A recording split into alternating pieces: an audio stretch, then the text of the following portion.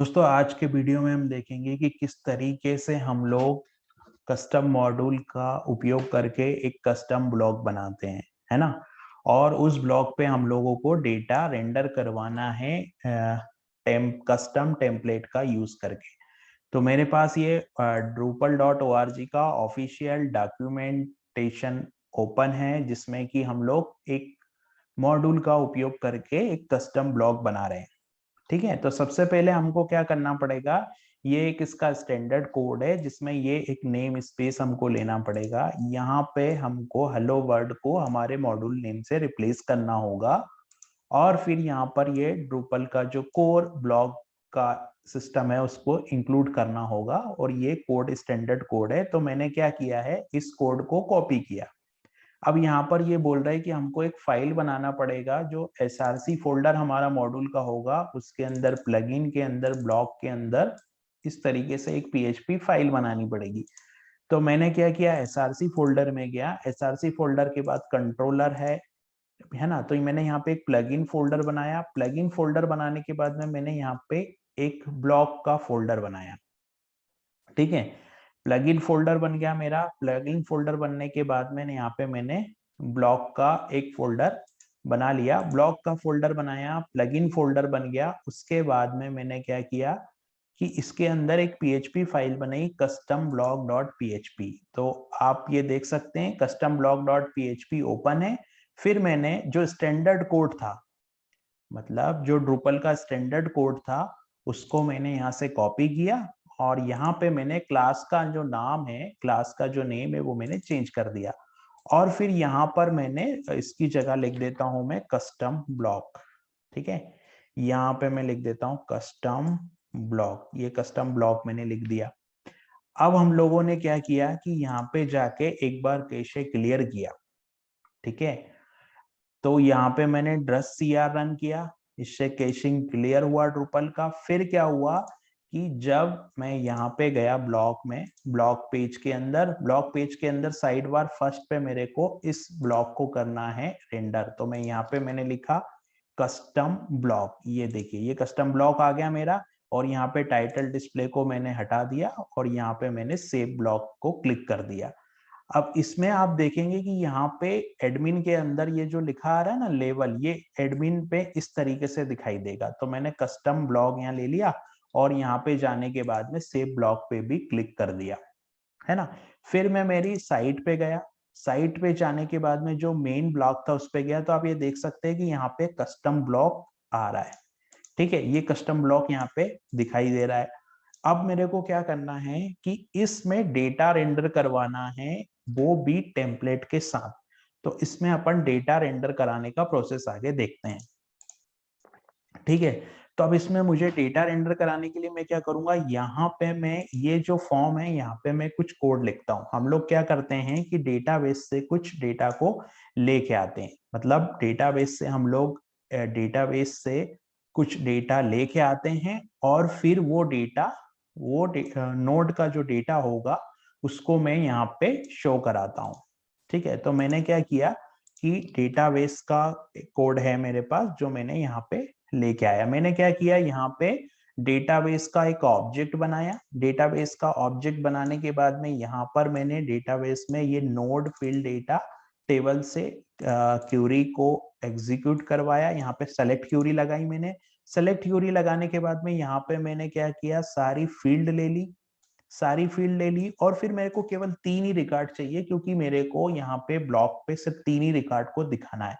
तो मैंने 0 से 3 तक का जो रेंज है वो यहाँ पे ले लिया। फिर मैंने यहाँ पे रिजल्ट को एग्जीक्यूट किया और डॉलर रिकॉर्ड को फेच किया। और फिर मैंने एक टाइटल करके मैंने एक वेरिएबल बनाया, अरे बनाया।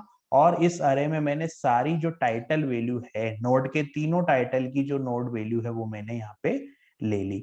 अब ये लेने के बाद में मेरे को क्या करना पड़ेगा, अगर मैं इसको प्रिंट करके देखता हूँ, है ना, मैं यहाँ पे इन सारी वैल्यू को प्रिंट करके देखता हूं। तो मैंने यहाँ पे प्रिंट आर लगाया, है ना। हम एक बार इस रिजल्ट को प्रिंट करके देखते हैं कि इसमें क्या वैल्यू आ रही है। ठीक है, प्रिंट अंडरस्कोर आर किया मैंने और यहाँ पे मैंने एग्जिट किया। और ये जो टाइटल्स है मतलब तीनों नोड के सारे टाइटल जो है वो यहाँ पे मुझे दिखाई देने चाहिए। तो मैं यहाँ गया, यहाँ पे जाके मैंने फिर से 10 CR रन किया। 10 CR रन करने के बाद में मैं फ्रंट एंड पे गया और फिर से मैंने इसको रन किया। अभी यहाँ पे कस्टम ब्लॉक आ रहा है, तो अब आप देखेंगे कि तीनों वैल्यू यहाँ पे मुझे मिल रही है।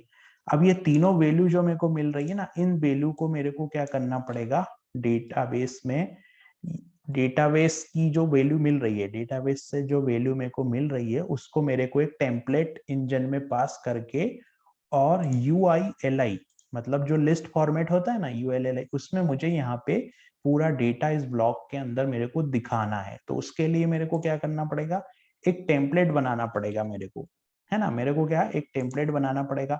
तो वो टेम्पलेट में कैसे बनाऊंगा, टेम्पलेट कैसे बनाऊंगा मैं, तो टेम्पलेट बनाने के लिए मैं ओपन करता हूँ मॉड्यूल फाइल। ठीक है, तो मैंने यहाँ पे मॉड्यूल फाइल ओपन की। अब इस मॉड्यूल फाइल में जिस तरीके से ये 2 टेम्पलेट पहले से रजिस्टर्ड है, ऐसा ही मैं एक टेम्पलेट और रजिस्टर्ड करता हूँ यहाँ पे। तो मैंने यहाँ पे एक टेम्पलेट और रजिस्टर्ड किया। ठीक है, माय, फिर मैंने यहाँ पे लिख दिया कस्टम और यहाँ पे लिख दिया ब्लॉक।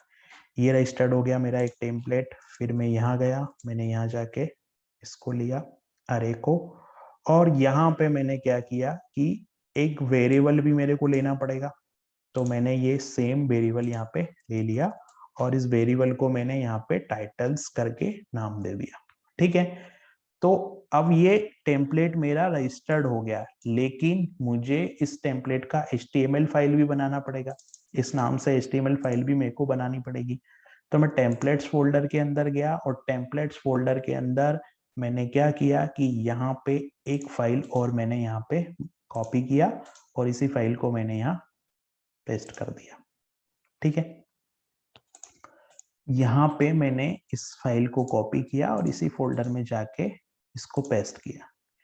ठीक है, फिर इसको जाके मैंने क्या किया, रीनेम किया। मुझे किस नाम से फाइल चाहिए थी, मेरे को जो फाइल का नाम है वो क्या चाहिए था, फाइल का नाम था माय।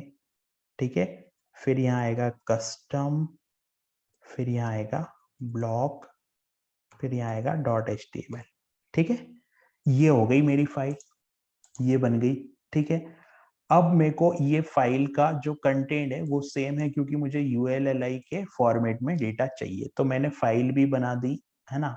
फाइल मेरी बन गई है। फाइल बनने के बाद में मैंने ब्लॉक से, डेटाबेस से डेटा को ले भी लिया है।